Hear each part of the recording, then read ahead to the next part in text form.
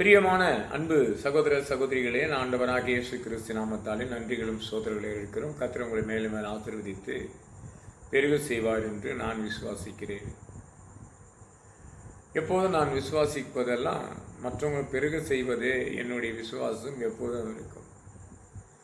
என்னால் உங்களுக்கு நடப்பது முழங்கால் ஜெபமே மட்டுமே, ஆலோசனை மட்டுமே. அவர்தான் இறங்கி அற்புதத்தை செய்து முடிப்பார். ஏன்னா அந்த வசனத்தை தொடர்ந்து நான் பண்ணும்போது கூட நீங்களும் யோசிப்பீங்க, ஐயா அனுதினம் சொல்வது நான் விசுவாசிக்கிறேன் என்று சொல்கிறார் என்றால் நம்ம வாழ்க்கையில் அவர் விசுவாசன்படி எதுவும் நடக்குமா என்று கேட்டால் அது கிடையாதுங்க. நான் சொல்வதை நீ விசுவாசித்தால் நடக்கும். இதுதான் யோவான் 11:40 இருக்கும். மாற்றால் விசுவாசிக்காமல் மறுதளித்து கொண்டே இருந்தபோது என் சகோதரன் மரித்து 4 நாள் ஆச்சு, எப்படி முடியும்னு சொல்லும்போது நீ விசுவாசிக்க கூடுமானால் தேவனுடைய மகிமை காண்பா என்று சொன்னது நடந்தது. இப்போ லாசரை வெளியே கொண்டு வரார்ல கர்த்தர். அப்போ துக்க நாட்கள், தேசத்து முழுவதும் துக்கம். இன்னைக்கு அநேக காரியத்தை கொடுத்து ஒவ்வொரு குடும்பத்திலும் வித்தியாசமாக கலங்கி கொண்டே இருக்கிறோம். அந்த சஞ்சலத்தை மாற்ற சந்தோஷப்படுத்தினால் ஆண்டவராக இயேசு கிறிஸ்து வந்தால் தான் முடியும். இது பலத்தினால் பலகரத்தில் முடியாது. சகரியா 4:6 படிக்கும் போது இது பலத்தினால் பலகரத்தில் முடியாது, ஆனால் பரிசுத்த ஆவியினால் நிச்சயமாக முடியும்.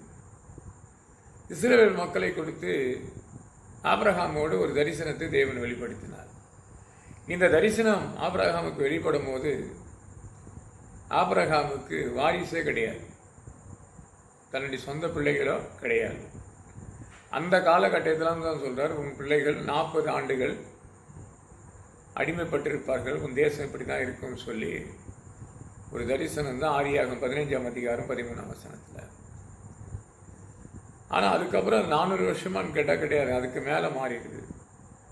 யாத்திராகமம் 2 பார்க்க மோசை காலம் வரும்போது மோசை பிறந்து தண்ணியில் போடப்பட்ட மகனை யார் எதிர்ப்புன்னு நினைச்ச எதிர்ப்பு மத்தியிலே மோசை வளர்ந்தார்.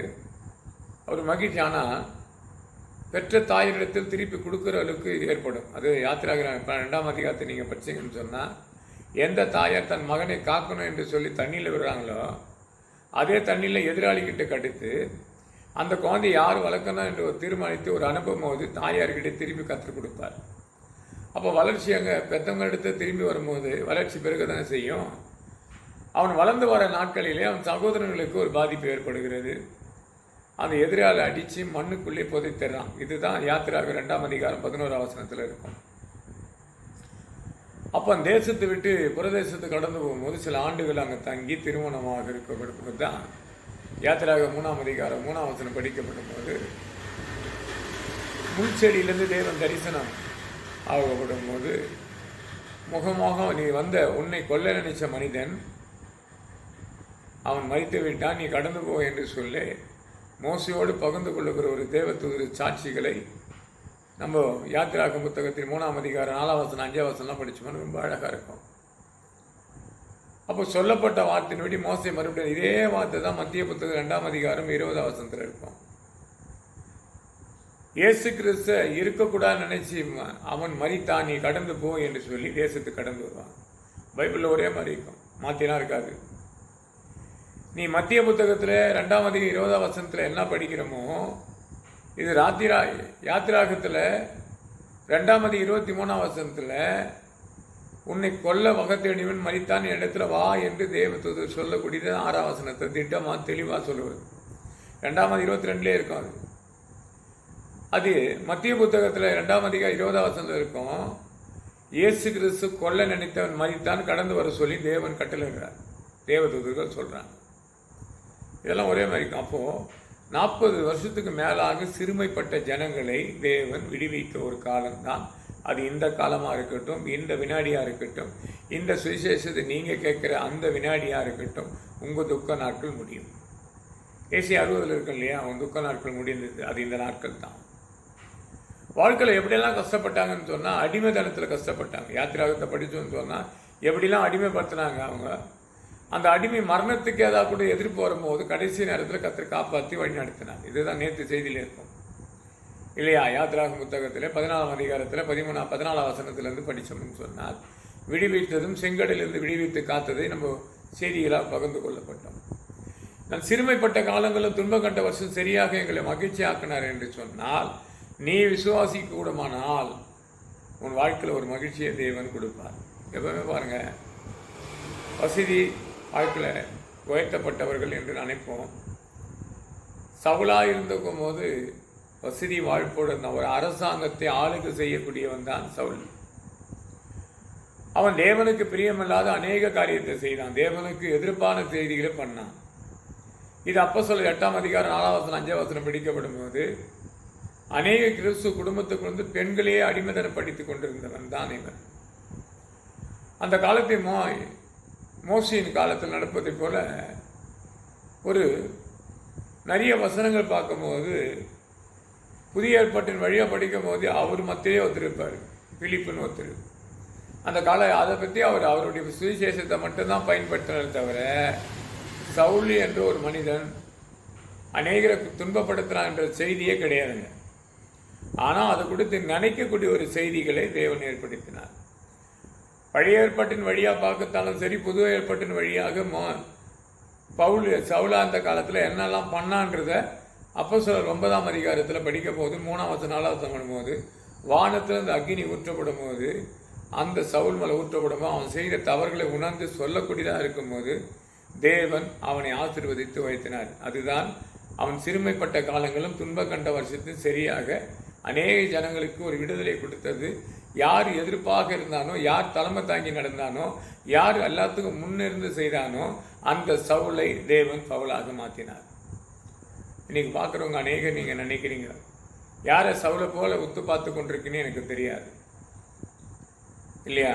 யார் சவுலை போல அநேக எதிராளிகளை ரொம்ப கடினமாக அவங்களுக்கு கொடுத்து யோசித்து கொண்டே பேசித்து கொண்டே இருப்பாங்க. அதை யோசிக்காதீங்க, பேசாதீங்க. அவனை ஆண்டவராக இயேசு கிறிஸ்து பவுலாக மாற்றப் போகிறார். உன்னை எப்படியாவது உன்னை கொல்ல நடிக்கிற மனிதனாக இல்லை துன்பப்படுத்துகிற மனிதனாக இருந்தாலும் அவன் மேல் அக்னி ஜோலியாக ஊற்றப்பட்டு அவனுக்கு ஒரு பெரிய பாதிப்பு உண்டாகி ஆண்டவராக இயேசு கிறிஸ்து தவிர அவருக்கு நிகரான இல்லை என்ற அளவுக்கு கற்றுக்கொண்டு வந்துட்டார் இல்லையா? இதான பவுலுடைய வரலாறு. அப்போ ஆண்டவர் எப்படி சாட்சியாக பகிர்ந்து கொள்ளப்பட்டார் என்ற வரலாறும் உண்டு. அப்போ ஆண்டவராக இயேசு கிறிஸ்து நம்ம துக்க நாட்கள் முடிந்தது என்றுக்கு ஈஸியாக 60ஆம் அதிகாரம் 20ஆம் வசனம் ஏசாயால படிக்கிறோம். நம்ம துக்க நாட்கள் முடியணும் இல்லையா? நம்ம வருத்தம் முடியணும் இல்லையா? நம்ம பாடு முடியணும் இல்லையா? இன்னைக்கு அரசாண்டுகின்ற ஒரு அரசை கொடுத்து, ஸ்டேட் கவர்மெண்ட்டை கொடுத்து, சில ஆண்டுகளுக்கு முன்பாக சென்னை பெரம்பூர் பகுதியில் செய்தியை பகிர்ந்து கொண்டு ஒரு குடும்பத்தை ஓப்பனிங்காக செய்தியை வீட்டை ஓப்பன் பண்ணி விட்டு அந்த வீட்டில் மெசேஜ் கொடுக்கும்போது சொன்னேன், இந்த மாட்டம் அல்ல, அடுத்த அரசாண்டம் ஆண்டவர் அவர்களை தான் நடத்துவார் என்று சொல்லி சில விஷயத்தை பார்த்தோன்னா, ஆபிரகாம் காலத்திலும் சரி, அதுக்கப்புறம் யோசேப்பு பிறந்து வளர்ந்தாலும் சரி, மனிதன் மனம் திரும்பாது இருந்தால் நம்மளுக்கு எதிர்ப்பான ஒரு ஆட்களை தேவன் ஏற்படுத்துவார். இதில் மாற்றமே கிடையாதுங்க. பல செய்தி இப்படி சொல்லுவாங்க, அப்படி சொல்லலாம், அதெல்லாம் போய் அப்போ தேவனுடைய பர்மிஷனோடு தான் ஒருத்தன் எதிர்ப்பாக வருவான். தேவனுடைய ஒரு மனுஷன்தான் நம்மளை அரசத்துக்கு முதன்மையாக கத்தர் மாற்றி அவன் சட்டத்துக்குள்ளே அநேகர் அடிமைப்படுத்த நினைக்கும் போது தான் நீ விசுவாசத்தில் மாறக்கூடிய ஒரு சூழ்நிலை கத்தர் ஏற்படுத்துவார். இதில் மாற்றமே கிடையாது. அப்போது இன்னைக்கு இருக்கிற காரியத்தை இந்த 2 அரசாட்சி முடிஞ்சது இதோடு முடிந்தது என்று சொல்ல விடும்போது ஒரு செய்தியில் ஒரு பேசுறதை நான் கவனித்தேன். மறுபடியும் அவர் தான் வருவார் அப்படின்னு சொல்லி ஒரு ஊழியக்காரர் பேசி கொண்டே இருந்தார் சத்தியம் டிவி வழியாக. அந்த மனுஷன், இந்த சத்தியம் டிவி எடுக்கிற மனுஷன் பார்த்தீங்கன்னா யாராக இருந்தாலும் பச்சை பாத்திரங்களாவது கூப்பிட்டு உட்கார வச்சு சில ஆலோசனை எடுக்காற்பட்டு பல கேள்வியில் பலர் மாட்டிக்கொண்டு அவதிப்பட்டு கொண்டு இருப்பாங்க. மறுபடியும் அவர் வருவார். அதில் எனக்கு சந்தோஷப்படுறேன். ஆண்டவர் தீர்மானித்தது 2 அரசாட்சி தான், அதுக்கப்புறம் கிடையாது.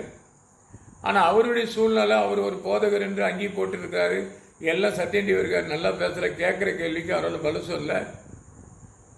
120 வீடு கட்டினாரு, அது என்கிட்ட தான் வந்துன்றாரு, அதுக்கப்புறம் என் தலைமைக்கிட்ட போச்சுன்றாரு. அவர் மாற்றி மாற்றி பேசப்படும் போது அது சமயத்தில் கூட திருவள்ளூர் மாவட்டத்தில் இருக்கிற அருமை தம்பி, பேர் சொல்ல விரும்பலை, ஏன்னா இப்போல்லாம் யார் பேரும் சொல்கிறது கிடையாதுங்க. அந்த தம்பி சொன்னார், நான் ஒரு குறிப்பிட்ட சபையில் இருக்கிறவங்க அந்த சபை சார்ந்து சொல்கிறேன்னு நினச்சி கொண்டு அவர் சொன்னார், மற்றவங்க கூட தனியார் சபை தான் நிறைய பேர் தவறுகளை பண்ணுறாங்க, அங்கே அது கேள்வியே கிடையாது. சத்தியம் டிவியில் எல்லா சபை மத்தியிலும் இப்படிப்பட்ட ஒரு மனிதன் இருக்கிறியே என்று கேள்வி கேட்டார். நிறைய விஷயம் தெரியாதுங்க. நிறைய பேருக்கு அவங்க ஆதி கிறிஸ்தவர்களாக இருக்கலாம். நான் பாதி கிறிஸ்தவன் தான். என்னை அழைக்கப்பட்டவர் அநேகர் தெரிந்து கொள்ளப்பட்ட லிஸ்ட்டில் என்னை கொண்டு கத்தனித்ததுனால சில காரியங்களை கத்தர் என்னோடு பேசுவார். ஒரு காலத்தில் பைபிளே படிக்கக்கூடாது, யார் படிக்கணும் என்று ஒரு சட்டம் வந்தது. யார் அழைக்கப்பட்டிருந்தாலும் அவங்க வீட்டில் தான் பைபிள் இருக்கணும். அழைப்பு இல்லாத இடத்துல பைபிள் இருக்கக்கூடாது, ஆலயத்துக்கு மட்டும் போகணும் என்ற ஒரு கட்டையை கொண்டு வந்தாங்க. எப்போ தெரியுமா? இது ஒரு தலைமை சபை எடுத்து இது கொண்டு வந்த போது இண்டிபெண்டன்ட் சர்ச் நிறைய உருவாகுது என்று சொல்லி என்கிட்ட பேசின அந்த தம்பியுடைய சபையை கூட யாரும் இருக்கக்கூடாது என்று சொல்லக்கூடிய ஒரு சூழ்நிலையை தேவன் ஏற்படுத்தினார். சில கேள்விக்கு பதில் கிடைக்கிற இடத்துல இருந்தால் சில காரியத்தை தேவன் வெளிப்படுத்துவார். நான் டிவியை கொடுத்து செல்போனில் மூலியமாக ஒரு சத்தியம் டிவியில் பேசும்போது பார்த்து சொன்னேன். அவர் தப்பாக சொல்லி கடைசி நேரத்தில் மாட்டிக்கொண்டு சிரிக்க ஆரம்பிச்சிட்டார். அவர் கேள்வி மேலே கேள்வி கேட்டார், குற்றப்படுத்த கேட்கல. அவர் சொன்ன தவறை தன் வெளிப்படுத்தி காட்டி கொண்டிருக்கிறார். சத்தியம் டிவிக்காரர் யாரையும் குற்றப்படுத்தவில்லை. இன்னைக்கு சமுதாயத்தில் ஜனங்கள் எப்படி இருக்காங்கன்னு தான் நான் சொல்ல ஆரம்பித்தேன். அவர் என்ன யோசித்தா தெரியும், அதை பற்றி பேச ஆரம்பித்தார். அப்போது கடவுளுடைய காரியங்கள் என்ன, உன் சிறுமைப்பட்ட காலங்களும் துன்ப கண்ட வருஷத்தையும் சரியாக நான் உன்னை மகிழ்ச்சியாக்குவேன். இது உனக்கு மட்டுமல்ல, எனக்கும் கர்த்தர் மகிழ்ச்சியாக்குவார். இன்னைக்கு நிறைய காரியத்தை துன்பப்பட்டு கொண்டிருக்கோம், வேதனைப்பட்டு கொண்டிருக்கிறோம். கர்த்தர் பார்த்து கொண்டு தானே இருக்கிறாரு. அப்போ 2 அரசாட்சி இப்போ வாழ்ந்து கொண்டிருக்கும்போது கிறிஸ்துக்கு விரோதமாக எத்தனையோ சூழ்நிலை கூட வந்தது. அத்தனை ஜனங்களே தேவனை விடித்து கொண்டு தான் இருக்கிறார். கடந்த நாளில் ஒரு செய்தி கூட கொண்டு வந்து அன்னை திரைசாய் கொடுத்து நான் பேசப்படும் போது கன்னிசி 2 பேர்கள் என்ன பண்ணாங்க, ஒரு குறிப்பிட்ட கண்ட்ரியில் பிடிச்சி அரசாண்டு பண்ணி 7 நாள் கழிச்சு வெளியே அனுப்புனாங்க. இதை கொடுத்து நீங்கள் ஜெபிக்கிறேன்னு கூட நான் கேள்வி கேட்டேன். அப்போ ஒரு காலத்தில் அவங்க மூலியமாக என்ன நடந்திருக்கலாம்னா, வேறு யாருமே பைபிள் எடுத்து பிரசங்கம் பண்ணக்கூடாத ஒரு சூழ்நிலையை ஏற்படுத்தினாங்க. கடவுள் எல்லாத்தையும் பார்ப்பாருங்க. அதை தான் சொன்னது சகரியால 4:6 பலத்தினாலும் பலக்கரத்தில் எந்த காரியம் முடியாது. மனுஷன் யோசித்து முடிவெடுக்கிறதுலாம் முடியாது. இதுதான் சங்கீதத்தை சொன்னார். 94ஆம் சங்கீதம் 11 சொன்னார், மனுஷனுடைய ஆலோசனைகள் அது வீணாது என்று தேவன் அறிந்திருக்கிறார். கர்த்தர் அறிந்திருக்கிறார். அதை நம்ம அறிந்திருக்கிறோமான்னு கேட்டால் தெரியாது. பார்க்குற அன்பு சகோதர சகோதரிகளை எது கொடுத்தாலும் நீ பலத்தினாலும் பலக்கரத்தில் முடியும் என்று நினைக்காதீங்க. பரிசுத்த ஆவியின் குணத்தினால் தான் முடியும். இன்னைக்கு ஊழியத்துக்கு என்னை தேவன் அழைக்கப்பட்டார் என்று சொன்னால் இந்த 27 ஆண்டுகள் 28ஆம் ஆண்டு கடந்து பயணித்து கொண்டு இருக்கிறோம். அப்போ 28 ஆண்டுகள் நான் கடந்து பயணிக்கிற அளவுக்கு கர்த்தர் என்னை கொண்டு வந்திருக்கார் என்று சொன்னால் அவரிடத்துல எத்தனையோ சூழ்நிலை, எத்தனை பாடுகள், எத்தனையோ விதமான காரியங்கள் எதிர்ப்பு தெரிவித்தாலும் அத்தனைக்கும் அதை அசட்டப்பட தப்பி போட்டு தொடர்ந்து என்னுடைய ஊழியத்தை நான் பண்ணி கொண்டு தான் இருப்பேன். ஏன்னா அழைத்த தேவன் அப்படிப்பட்டவர், தெரிந்து கொள்ளப்பட்ட தேவன் அப்படிப்பட்டவர், அடையாளத்தை அற்புதத்தை செய்கிற தேவன் அப்படிப்பட்டவர். வாழ்க்கையில் நீங்கள் சிறுமப்பட்டு கொண்டிருக்கலாம். எந்த காரியத்துக்கு சிறுமப்பட்டிருக்கீங்க? கடன் தொல்லையா இல்லையா? வீடு வாசல் இல்லை என்று சொல்லியா? எது இல்லைன்னு சொல்லி நீங்கள் வருத்தப்படுற நன்மையானதை கர்த்தரிடத்தில் கேட்டால் ஒரு நாளும் குறைப்படாத கர்த்தர் செய்வார். இன்னைக்கு நிறைய பேர் செய்தி போட்டிருந்தாங்க. நான் உபாகத்திலேருந்து 8ஆம் அதிகாரம் 10ஆம் வசனம் மட்டும் தியானிச்சேன். உனக்கு கூட தேசத்தை நீ பத்திரப்படுத்தி சந்தோஷத்தோடு இருந்தாங்க. ஆகாரத்தை திருத்தி அணிந்து சந்தோஷமா இருங்க. அந்த தேசத்தை கொடுத்து ஒவ்வொருத்தரும் போட்டிருந்தாங்க. ஏன்னா இன்னைக்கு 15 இல்லையா, நாளை விடையப்படும் சொல்றாரு. ஏன்னா ஆகஸ்ட் 14ஆம் தேதி நடந்தது தெரியாது, ஆகஸ்ட் 15ஆம் தேதி முன்வைத்திருக்கிறாங்க. அப்போ 14ஆம் தேதி வரைக்கும் மனுஷன் துக்கப்பட்டு கொண்டு இருந்தான் இல்லையா, வேதனைப்பட்டு கொண்டு இருந்தான். அவன் துக்க நாட்கள் முடிந்ததும் அதுதான். அவன் துக்க நாட்கள் ஏசாயா 60:20 படி உன் துக்க நாட்கள் என்னோடு முடிந்தது என்று சொல்லக்கூடிய ஒரு நாள் தான் 15. அடுத்த நாள் என்ன முடிந்ததுக்கு ஆதாரம் தான் சொல்றாரு. இத்தனை ஆண்டுகள் அடிமைப்பட்டிருந்தீங்க, இத்தனை வருஷம் வரைக்கும் நீங்கள் கலங்கி தவித்து கொண்டுறீங்க, இனி கலங்காதீங்க, கர்த்தர் உங்கள் வாழ்க்கையில் ஒரு புதிய காரியத்தை செய்ய போகிறார். கடவுள் சொன்ன ஆகும் இல்லையா, ஆபிரகாமுக்கு இந்த விஷயத்தை சொல்றாரு. ஆதியாகமம் 15ஆம் அதிகாரம் 13ஆம் வசனத்தில் 40 வருஷம் அரசாளுகிற அடிமையாக இருக்க போறீங்கன்னு அவர் கேட்டுக்கோ. அவருக்கு குழந்தையும் கிடையாது, பிள்ளைங்களும் கிடையாது. கொடுக்கப்பட்ட தீர்க்கதரிசன நம்பிக்கையோடு ஏற்றுக்கொள்ளப்பட்டதை அவர் மனதில் அநேக காலத்தை இருந்த காலத்தில் துன்பப்பட்டு அதுக்கப்புறம் பிள்ளைகள் பிறந்து வம்சம் பெருகும் போது யோசித்து இருப்பார் இல்லையா. தேவன் கொடுத்த சொப்பனங்கள் வீணாகலையே, குழந்தைய பிறகு ஆனால் உன் சந்ததி இப்படி இருக்குன்னு என்று சொல்லக்கூடிய ஒரு சூழ்நிலை தேவன் ஏற்படுத்தினார்.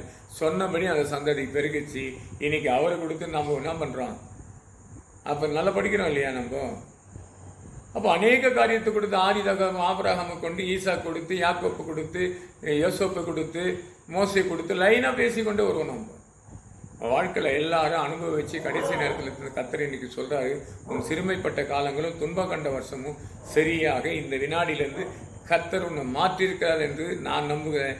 நீ விசுவாசி கூடுமானால் தேவனுடைய மகிமை காண்பாய். கர்த்தர் இந்த வார்த்தைகளை ஆசீர்வதிப்பாராக. ஜெபிப்போம். என் அன்பால் நேசிக்கும் நல்ல பிதாவே, உடைய கிருபைக்காக சோதரிக்கிறோம், வல்லமைக்காக துதிக்கிறோம், போற்றுகிறோம் அப்பா. சகலத்தை பொறுப்படுத்து இந்த சத்தியத்தை கேட்கிற ஒவ்வொரு இதையும் திறக்கப்படட்டும், பாதுகாக்கப்படட்டும். கர்த்தருடைய ஒரு கிருபையால் எல்லாரையும் மூடிக்கொள்ளும் அப்பா. அவங்கள் துன்பத்திலிருந்து விடுவித்ததுக்காக கோடி கோடி சோத்திரம் சோத்திரம் சோத்திரம்.